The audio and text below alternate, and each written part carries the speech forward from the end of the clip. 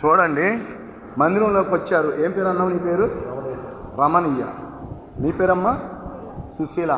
నీ పేరు చంద్రావతి. చూసారా, వాళ్ళ కష్టాల కోసం ప్రభు మందిరానికి వచ్చి ఎన్నో రకాల శ్రమలు పడుతున్నారు. నేను వారికి వాక్యం చెప్తున్నాను.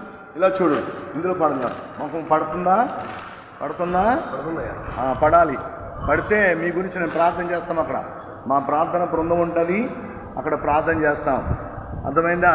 మీకు చెప్పేది ఏంటంటే, జీవితాన్ని మార్చుకోండి, బ్రతుకు మార్చుకోండి. ప్రభు రాకడ అతి సమీపమైపోయింది. వచ్చేస్తున్నాడు ఆయన. ఎవరైతే సిద్ధపడి ఉంటారో వారే ఎత్తబడతారు పైకి. ఏమయ్యాలి? సిద్ధపాటు. పెళ్ళికి వెళ్తుంటే సిద్ధపడమా? పెళ్లి దగ్గరకు వచ్చేటప్పటికి బట్టలు సిద్ధం చేసుకుంటాము, అన్నీ సిద్ధపరచుకుని హ్యాపీగా వెళ్ళిపోతాం, ముందే సిద్ధపడతాం. అలాగా ప్రభు రాకడ. ఇప్పుడు ప్రభు ఎక్కడికి వస్తాడు?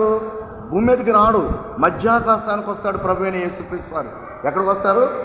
మధ్యాకాశానికి వస్తాడు. మధ్యాకాశానికి వచ్చి ఆయన ఏం చేస్తాడు? పెండ్లి కుమారుడిగా కూర్చుంటాడు. అప్పుడు మనం భక్తులమైన మనము ఆయన వధువు భార్యగా పైకి వెళ్ళిపోతాము బుడగల్లాగా.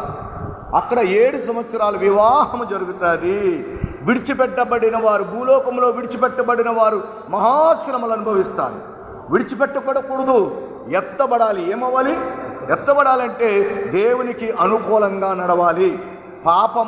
ప్రభు పాదాల దగ్గర పాపాలు ఒప్పుకోవాలి. రోజు మనం పాపులమే, రోజు మన పాపాలు ఒప్పుకోవాలి. ఎందుకంటే పాపలోకంలో ఉన్నాం కదా. పాపం ఒప్పుకోవాలి, తర్వాత పాపం విడిచిపెట్టాలి. ప్రభువు పాపాన్ని తుడిచేసే అధికారం యేసయ్యకు మాత్రమే ఉంది. అక్కడ ఒక వాక్యం ఉంటుంది. ఏంటో తెలుసా? లూకాసు వార్త 5వ అధ్యాయం 23వ వచనములో ప్రభువారు ఏమంటాడంటే, నువ్వు లేచి నడువుమని చెప్పుట సులభమా, నీ పాపములు క్షమింపబడ్డాయని చెప్పుట సులభమా?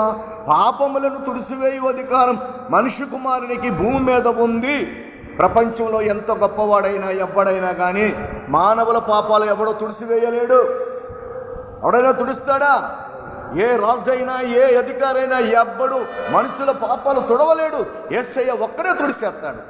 అందుకని యేసు ప్రభుని నమ్ముకోవాలి, యేసు ప్రభుకి జీవితాన్ని ఇవ్వాలి, సమర్పించాలి జీవితాన్ని. 40 రోజులు మాల వేసుకుంటున్నాం అంటున్నారు కదా. 40 రోజులు వ్రతం ప్రార్థనలో ఉండాలి. 40 రోజులు అయిపోయిన తర్వాత మళ్ళీ మానేయకూడదు. నీ క్రమం పాటిస్తూనే ఉండాలి. ఈ లోకాన్ని ఆధారం చేసుకోవద్దు, పరలోకాన్ని ఆధారం చేసుకో. ప్రభు అంటాడు కొలస్సీ 3లో, కొలస్సీలకు రాసిన పత్రిక 3వ అధ్యాయంలో, మీరు క్రీస్తుతో కూడా లేపబడిన వారైతే పైనున్న వాటిని వెతుకుడి కానీ భూ సంబంధమైన దేనిని వెతకవద్దు. ఆమేన్. మీకోసం ప్రార్థన చేస్తాను. మీ అవసరాలు ఖచ్చితంగా తీరుతాయి. నేను దేవుణ్ణి బ్రతిమలాడతాను. ఆమేన్.